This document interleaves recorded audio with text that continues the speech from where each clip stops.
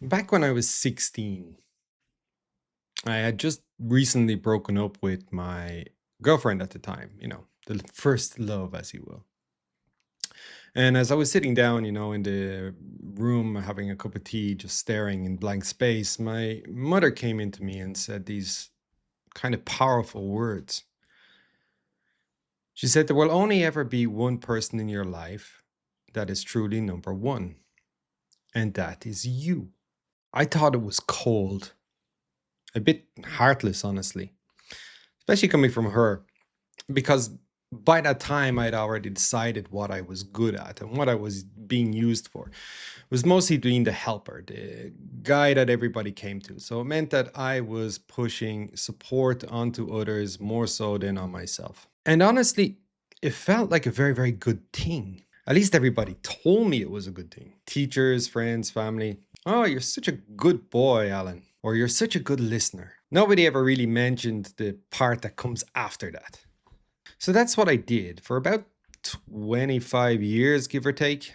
I was there for friends, for family. Later, then it became whole teams that I had to work with, which, I believed was genuinely part of the job. So it never really looked like a problem, right up until I ran empty.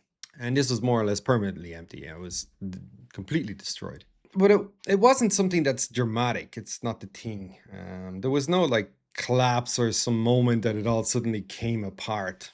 Just a very, very long list of where I was the last person in my own list.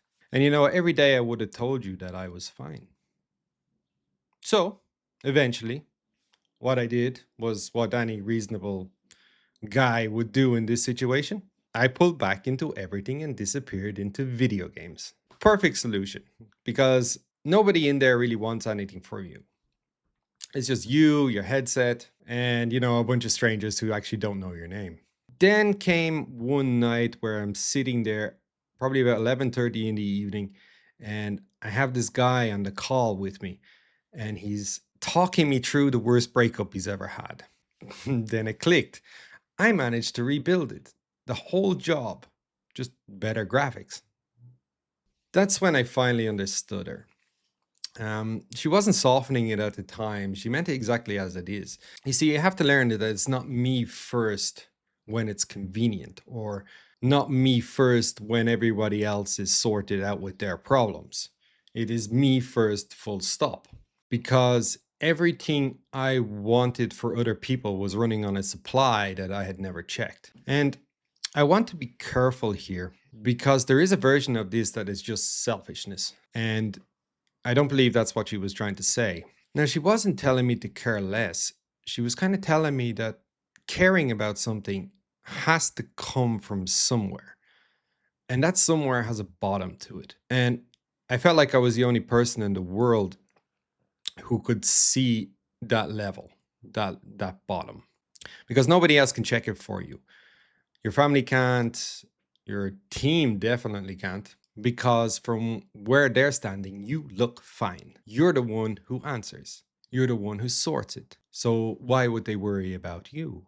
Now, I've spent many years around leadership content, and there's a lot of it that says you should put others first. In term I've learned through some psychology that this is called servant leadership. The common line would be that your team eats before you do, and all of that stuff. But I'd argue that the order matters. And I'm going to be the one to say this one out loud because here was what I've watched happen more than once. When someone is doing this, you get someone that's really, really amazing and brilliant at dealing with people. They absorb everything, they handle every conflict. The team comes to them for all the problems that they can't do on their own. And of course, they're rewarded from it because from above, when looking down at this person, it looks like the team has never had any problems.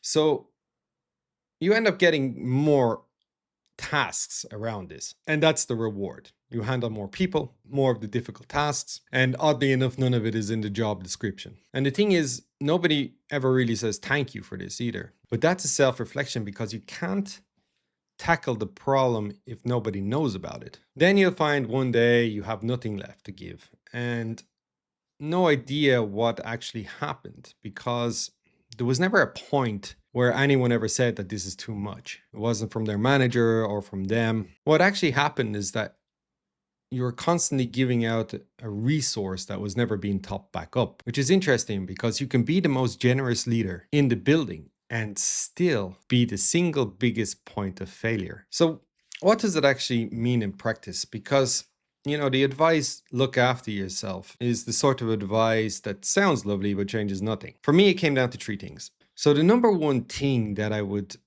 change is that I would stop putting my own problems and things as something that I would get back to as a secondary priority, because afterwards never arrives, right? There's always going to be one more person and one more thing. And if your own list of things that you have to actually deal with only starts when everybody else's problem is finished, it's never going to start at all. Number two, I got honest about what was actually helping and what was me needing to be needed. That one stung. That one was a pain because a fair amount of it was the need to be needed. And I denied this for years. The third point is that I stopped announcing that I was fine, just as a reflex. This is the one I would pass on because fine is kind of what you say when you do not want the conversation to continue.